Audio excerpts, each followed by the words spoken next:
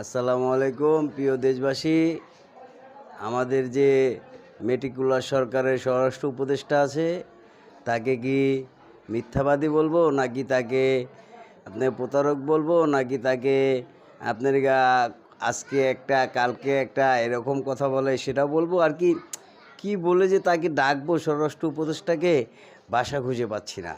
উনি নিজে 5 তারিখে একটা স্বরাষ্ট্র মন্ত্রণালয়ের মিটিংয়ে বলেছিলেন যে 50% সেনাবাহিনী ব্রাকে ফিরে যাচ্ছে, কিন্তু 4 দিন পরে এসে ওই ওই আপনার কথাটা কিংবা ওই নিউজটা বাংলাদেশের প্রত্যেকটা পেপারে হেডলাইন হয়েছিল।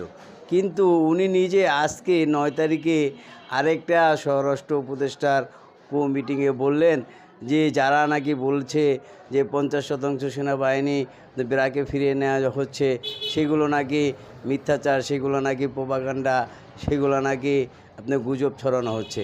তাহলে স্বরাষ্ট্র উপদেষ্টা, আপনাকে বলতে চাই, মেটিকুলার সরকারকে তো বাংলাদেশের 80% মানুষ দেখতে পারে না।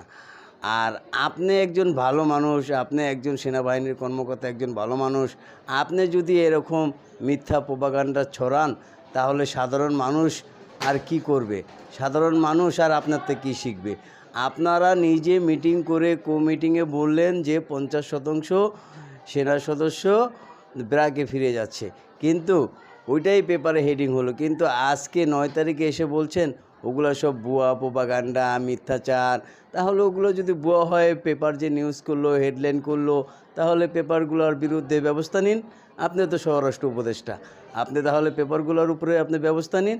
তা না হলে আপনি যে এই মিথ্যাটা বললেন, এটার জন্য আপনাকে ক্ষমা চাইতে হবে জাতির কাছে। এটার জন্য বাংলাদেশের জনগণের কাছে আপনাকে ক্ষমা চাইতে হবে, নিঃশর্তে ক্ষমা চাইতে হবে।